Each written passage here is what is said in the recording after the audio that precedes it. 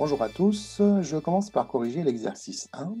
Donc, dans une classe de 25 élèves, nous avons 6 élèves qui portent des lunettes et 10 qui mangent à la cantine. Si on choisit au hasard, si on choisit un élève au hasard, donc le terme au hasard nous rappelle ce qu'on avait dit sur les expériences aléatoires. Une expérience qu'on peut répéter à l'identique et dont on connaît les issues. Les issues, ici, on peut tomber sur un élève qui porte des lunettes, par exemple, puis un élève qui mange à la cantine, etc. Donc, on peut tomber sur un des 25 élèves. Voilà, nous avons 25 issues. Quelle est la probabilité qu'il porte des lunettes? Voilà, on est ici dans un cas d'équiprobabilité. Donc, c'est comme si on avait un dé à 25 faces. Donc, toutes les faces peuvent sortir. Et donc, du coup, on va appliquer la formule qu'on connaît. La probabilité de tomber sur un élève qui porte des lunettes, la même formule. Donc, la formule, c'est égal au nombre de cas, au nombre d'issues favorables, sur le nombre d'issues total. Le nombre d'issues favorables sur le nombre d'issues total. Alors, on a toutes les informations dans le texte. Alors, le nombre d'issues favorables pour les lunettes, bien, ce sera le nombre d'élèves qui portent des lunettes. Donc, nous avons 6. Le nombre d'issues total, ben, on a 25 élèves au total, donc c'est 25 élèves. Donc, nous avons une probabilité égale à 6 25e de tomber sur un élève qui porte des lunettes. On vérifie quand même que notre probabilité est inférieure à 1, puisqu'on ne peut pas dépasser 1, on l'a dit, une probabilité, c'est toujours compris entre 0 et 1. Maintenant, on voudrait l'exprimer en pourcentage aussi. Alors, comment faire? Pour l'exprimer en pourcentage, il suffit de l'exprimer avec une fraction ayant pour dénominateur 100. Donc ici, il me faut un 100. Donc pour passer à 100, donc je multiplie par 4, 25 fois 4 égale 100, 6 fois 4 égale 24, donc j'ai 24 centièmes, 24 chances sur 100 de tomber sur un élève qui porte des lunettes, ce qui va me donner un résultat de 24%. Pour la probabilité de tomber sur un élève qui mange à la cantine, ben, même principe. Donc, le nombre d'issues favorables sur le nombre d'issues total. Le nombre d'issues total, lui, ne va pas changer, c'est 25. Alors maintenant, le nombre d'issues favorables pour la cantine, ben, ce sera le nombre d'élèves qui mangent à la cantine. Nous en avons 10. Donc 10 25e, que je peux écrire en pourcentage, en passant à 100. Donc 10 25e, c'est égal à 40%. Il suffit de multiplier par 4 pour avoir un 100.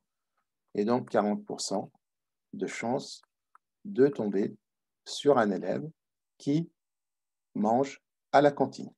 Donc, nous avons appliqué la formule, la même formule, la formule classique. La probabilité d'un événement, c'est le nombre d'issues favorables sur le nombre d'issues total. Alors, pour l'exercice 2, on place dans un chapeau 10 papiers sur lesquels sont écrits les chiffres de 0 à 9. On tire un papier au hasard, donc toujours le même terme, on retrouve le terme au hasard, et on observe le chiffre obtenu. Première question, précisez les différentes issues de cette expérience. Eh bien, les issues de cette expérience, qu'est-ce qu'on pourrait avoir comme résultat? Alors, les résultats possibles, ce sont les chiffres de 0 à 9. Donc, les issues de cette expérience-là sont tout simplement 0, je peux avoir 0, 1, 2, etc., jusqu'à 9. Donc, j'ai 10 issues ici possibles. De 0 à 9, nous avons 10 chiffres, donc 10 issues possibles. Je peux avoir le 0, le 1 et le 2 jusqu'à 9. Pour la question B, propose un événement qui n'est pas élémentaire. Je vous rappelle ce que c'est qu'un événement élémentaire. Un événement élémentaire, c'est un événement qui ne possède qu'un seul élément dedans. Donc ici, nous sommes dans un cas d'événement élémentaire. Obtenir sortir un papier, donc obtenir un seul chiffre. Ce sont tous des événements élémentaires. Je peux avoir un événement qui n'est pas élémentaire, par exemple, je peux l'appeler l'événement A, obtenir, par exemple, un nombre pair. Alors, pourquoi il n'est pas élémentaire? Ben, il n'est pas élémentaire puisque j'ai plusieurs possibilités ici pour avoir un nombre pair. Je peux avoir un 0, il est pair. C'est un nombre pair, c'est un chiffre pair. Je peux avoir 2. Donc déjà, maintenant, je ne suis plus dans un événement élémentaire parce que j'ai deux éléments dans mon événement ici, deux événements possibles. Deux éléments possibles dans mon événement, 0 ou 2. Mais je peux avoir aussi 4. Et on peut avoir aussi 6 comme résultat possible, ou bien 8. Ici, donc, nous avons un événement qui a un élément, 2, 3, 4, 5 éléments. Propose un événement impossible. Eh bien, un événement impossible, c'est un événement qu'on ne pourra jamais réaliser. Exemple d'un événement impossible, B, obtenir un nombre, par exemple, qui soit pair et impair à la fois, ou bien un nombre égal à 10. Ben, on ne pourra jamais avoir un nombre égal à 10. Pourquoi? Puisqu'on a 10 papiers, et les 10 papiers sont numérotés de 0 à 9. Il n'y a pas le nombre 10. Donc ça, c'est un événement impossible. Impossible dans le sens, il est impossible à réaliser. Et donc la probabilité de réaliser l'événement B est égale à 0. Puisque on ne pourra jamais trouver un événement. Il n'y aura aucune issue pour réaliser l'événement B. Il est impossible. Je passe à l'exercice 3. Dans une classe de 3e de 29 élèves, dont 14 sont des filles, on a décidé de tirer au sort. Donc on retrouve encore un terme qui nous rappelle une expérience aléatoire. Donc au sort, les responsables des cahiers de classe. Donc on va tirer un élève au sort pour qu'il soit responsable du cahier de classe. On a inscrit le nom de chaque élève sur un papier, donc du coup, et on les a mis dans une urne. Alors dans l'urne, on va tirer au sort un des 29 élèves. Donc on sait qu'on a 14 filles. Donc si on a 14 filles, on aura forcément 15 garçons, puisque le total doit faire 29. Donc 29 moins 14 égale 15 garçons. Première question, est-il probable que le premier tiré au sort soit un garçon plutôt qu'une fille? Alors, est-il plus probable? Qu'est-ce que ça veut dire? Comment je peux le traduire? Et si la traduction de cette question veut nous dire tout simplement, est-ce que la probabilité d'avoir un garçon est supérieure à la probabilité d'avoir une fille? Est-ce le cas? Eh bien, pour le savoir, il faut calculer les deux probabilités et les comparer. On n'a pas trop le choix. Eh bien, la probabilité d'avoir un garçon, ça sera le nombre d'issues favorables sur le nombre d'issues total. Pareil. Donc ici, on a combien de garçons? Ben, on en a 15. Sur un total de combien? 29. Donc nous avons 15 chances sur 29 de tomber sur un garçon. Maintenant, on va calculer la probabilité de tomber sur une fille. Eh bien, c'est pareil. Le nombre d'issues favorables sur le nombre d'issues totales. La probabilité de tomber sur une fille, on a dit qu'on avait 14 issues favorables ici, puisqu'on a 14 filles. 14 filles sur un total de 29.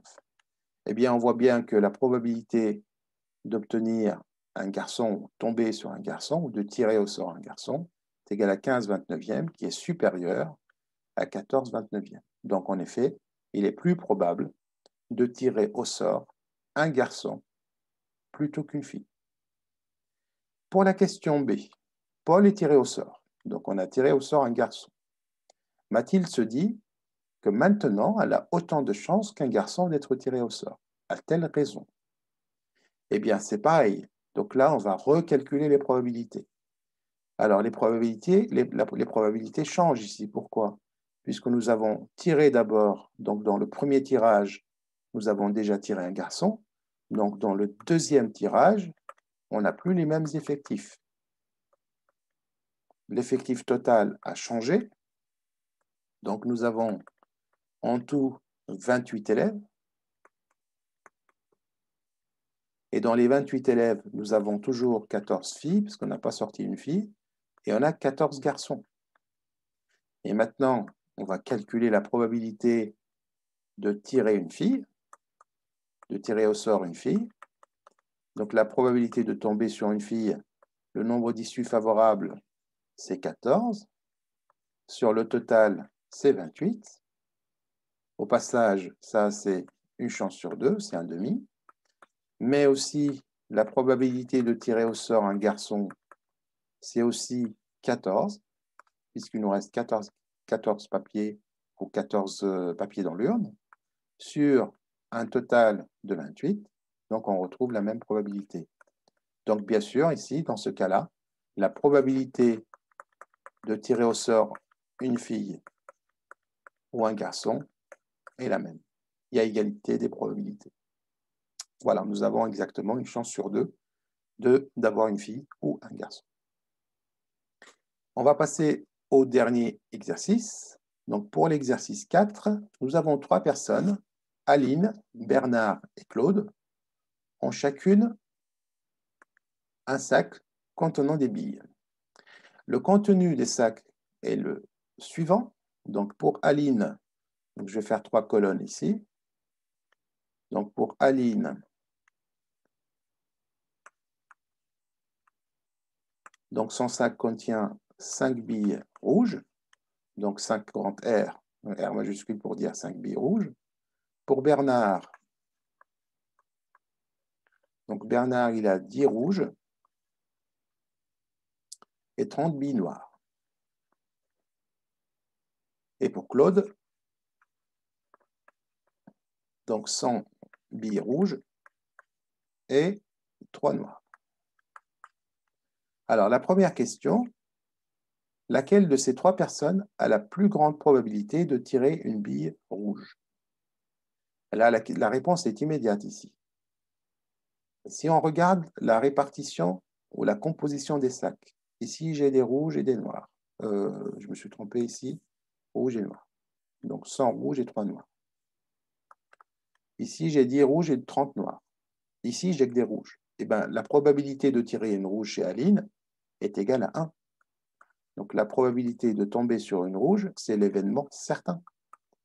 Elle est sûre de tomber sur une boule rouge, elle n'a que des rouges. Par contre, pour Bernard, il va avoir donc probabilité de tomber sur une rouge pour Bernard. Donc toujours même formule, le nombre d'issues favorables sur le nombre d'issues total. Donc il a 10 rouges sur un total de 10 plus 30. Attention, ici il faut additionner le total. Donc on arrive à 10 sur 40, c'est-à-dire un quart. Il a une chance sur 4 de tomber sur une rouge. Aline, elle a 100% de chance de tomber sur une rouge. Pour Claude, la probabilité de tomber sur une rouge, donc nous allons avoir 100 rouges sur 100 plus 3, c'est-à-dire 103. Ce qui nous donne 100 sur 103. Nous avons une probabilité qui n'est pas loin de 1 ici. Elle est forte, puisque 100 et 103 sont deux nombres presque égaux. Ils sont très proches. Donc, on n'est pas loin de l'unité ici, mais on est inférieur à 1. Donc, si on les classait, donc Aline, ensuite Claude, et à la fin Bernard, au niveau des probabilités. Donc, Aline, c'est elle qui gagne. Donc, Aline a une probabilité égale à 1. Donc, c'est elle qui a le plus de chances de sortir une bille ou une boule, une bille rouge. Pour la question B, on souhaite qu'Aline ait la même probabilité que Bernard. Donc, on souhaite que la probabilité de sortir une bille rouge et la probabilité de tirer une bille rouge chez Bernard ou chez Aline soient exactement les mêmes. Combien de billes noires faut-il rajouter chez Aline avant le tirage pour qu'ils aient la même probabilité? C'est une question qui paraît un peu difficile. Alors là, on va la traiter un peu en détail. On va calculer d'abord, on connaît la probabilité pour Bernard, donc c'est un quart. La probabilité de tirer une bille rouge chez Bernard, dans le sac de Bernard, c'est un quart. La probabilité de tirer une boule rouge chez Aline. Maintenant, elle n'a plus que des billes rouges. Elle a des rouges et des noirs. Ça sera quoi? Elle a combien de rouges? Eh bien, elle a 5 rouges. Donc, ça sera 5 rouges sur, donc le nombre d'issues favorables, c'est 5. Sur le total, c'est 5, mais on va rajouter un certain nombre de billes noires qu'on ne connaît pas. Donc, c'est une inconnue. L'inconnue, on va l'appeler X. Donc, nous avons une probabilité de tomber sur une bille rouge dans le stack d'Aline égale à 5 sur 5 plus X. Mais cette probabilité-là, on veut qu'elle soit exactement égale à la probabilité du stack de Bernard, la probabilité de tirer une rouge dans l'urne ou dans le sac de Bernard, c'est-à-dire un quart, c'est ce qu'on a calculé. Et bien là, on arrive à quoi? On arrive à une équation quotient. Donc on a une fraction qui connaît, on a une inconnue, une fraction avec une inconnue, égale à une autre fraction. Ça s'appelle une équation quotient. On va faire le produit tout de suite en croix. Quand vous avez une égalité de deux quotients ou une équation quotient, vous faites tout de suite le produit en croix. Ça va nous simplifier la vue et la vie. Donc 5 fois 4, on va l'écrire, égale 5 fois x fois 1, qu'on va tout simplement écrire 5 plus x. Le fait de faire le produit en croix, on est maintenant en ligne. On n'a plus de fraction. C'est déjà plus simple à lire. 5 fois 4, c'est 20, égale à 5 plus x. Maintenant, c'est presque fini. Donc, moi, je cherche le x. Je suis en train de résoudre une équation à x. Donc, x égale, je vais me débarrasser de 5. X égale à 20 moins 5. Donc, x égale 20 moins 5, c'est-à-dire 15. Donc, autrement dit, il nous faut 15 billes noires à ajouter avant le tirage. Eh bien, on va vérifier quand même notre résultat, parce que quand on résout une équation, c'est toujours bon de vérifier son résultat. Donc, la probabilité de tirer une rouge dans le sac d'Aline, donc on a 5 rouges sur 5 rouges plus 15 rouges. J'ai dit que la probabilité qu'on attendait, pardon, c'est une probabilité égale à 1 quart. D'accord?